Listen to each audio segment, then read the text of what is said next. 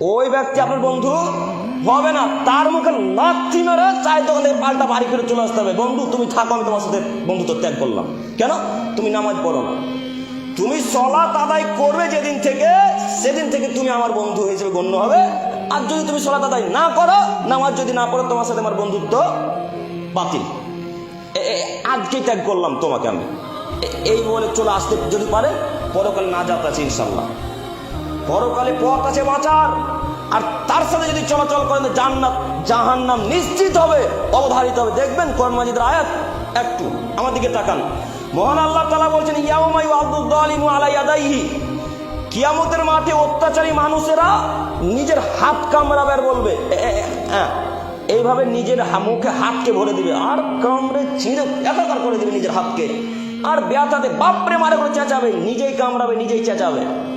তো তারা কামড়াবে আর বলতে থাকবে, ইত্তাখাযা মা রাসূলি সাবিলা, হায় আফসোস, আমি যদি পৃথিবীতে রাসূলুল্লাহ সাল্লাল্লাহু আলাইহি সাল্লামকে বন্ধু হিসেবে গ্রহণ করতাম, আমি যদি পৃথিবীতে ঈমানদার মানুষকে বন্ধু হিসেবে গ্রহণ করতাম, তাহলে আজকে আমার এই দশা হতো না। তার পরের অংশে মহান আল্লাহ সুবহানাহু ওয়া তাআলা বলছেন যে আমি যদি অমুককে বন্ধু হিসেবে গ্রহণ না করতাম, তাহলে আজকে আমার এই অবস্থা হতো না। অমুককে মানে কি? যে খারাপ মানুষ, যে সালাত আদায় করে না, যে যাকাত দেয় না, যে দান খায়রাত করে না, যে মাকে গালি দেয়, যে আব্বুকে গালি দেয়, যে নিজের স্ত্রী ছেলে মেয়ে পাড়া প্রতিবেশী আত্মীয় স্বজন সকলকে গালিগুলোজ করে যারা, তাদেরকে যদি আমি বন্ধু হিসেবে গ্রহণ না করতাম, তাহলে আজকে আমার এই অবস্থা হতো না। তার মানে আয়াতের বিবরণ দ্বারা বোঝা যাচ্ছে বন্ধুর কারণে মানুষ অনেকেই জাহান্নামে যাবে। আয়াতের বিবরণ দ্বারা বোঝা যাচ্ছে বন্ধুর কারণে মানুষ অনেকেই জাহান্নামে যাবে। শোনো যুবক, তোমাকে আমি অনুরোধ করে বলতে চাইছি, ওই বন্ধুর মুখে আজকে জুমার সালাত আদায় করে লাথি মারো, ওই বন্ধুর মুখে আজকে জুমার সালাত আদায় করে মুখে লাথি মারো। তাকে বলো, তুই যদি আজকে আসর থেকে সালাত আদায় করিস, আব্দুর রহমান তাহলে আমি তোর সাথে থাকলাম, আর তুই যদি আজকে থেকে সালাত আদায় না করিস, তোর সাথে আমার বন্ধুত্ব বাতিল করলাম, ত্যাগ করলাম। তুই তোর জায়গায় থাক, আমি আমার জায়গায় থাকলাম। এই বাক্য যদি বলে উঠতে পারো যুবক, কিয়ামতের মাঠে বাঁচার পথ আছে ইনশাল্লাহ।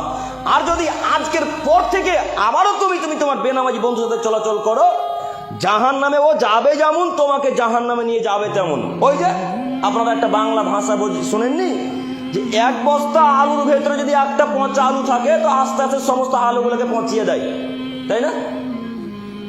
এক বস্তার আলুর ভেতরে যদি একটা আলু পচা থাকে, তাহলে ওই আলুটা আস্তে আস্তে আস্তে আরো যতগুলো আলু আছে, 49 কেজি 50 কেজি আলু, সমস্ত আলুকে কি করে?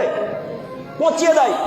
তো 10টা ভালো বন্ধুর মধ্যে একটা খারাপ বন্ধু যদি বিড়িখোর হারামখোর বন্ধু থাকে, ও একদিন এদেরকে বাতিল করবেই, নষ্ট করবে, এ কথাই চূড়ান্ত।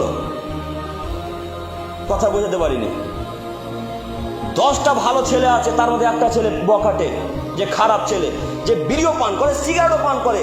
ওই 10টা ছেলের মধ্যে এই ছেলেটা যদি ঢুকে যায়, নিশ্চিত ও বিড়ি পান করাবে একদিন না একদিন, নিশ্চিত সিগারেট পান করাবে একদিন না একদিন। ও পান করাবে। আল্লাহ নবী বলেছেন যখন করাবে তখন করাবেই। কাজেই আপনার ছেলেকে আমি অনুরোধ করছি, আপনাকে অনুরোধ করছি, যে মানুষ সালাত আদায় করার তার সাথে বন্ধুত্ব ত্যাগ করেন, যে মানুষ এখন পর্যন্ত বিড়ি গুলগুটকা গাঁজা হিরোইন খায়, তার সাথে বন্ধুত্ব ত্যাগ করেন, আপনি চলছেন কেন গো? কেন চলছেন তার সাথে?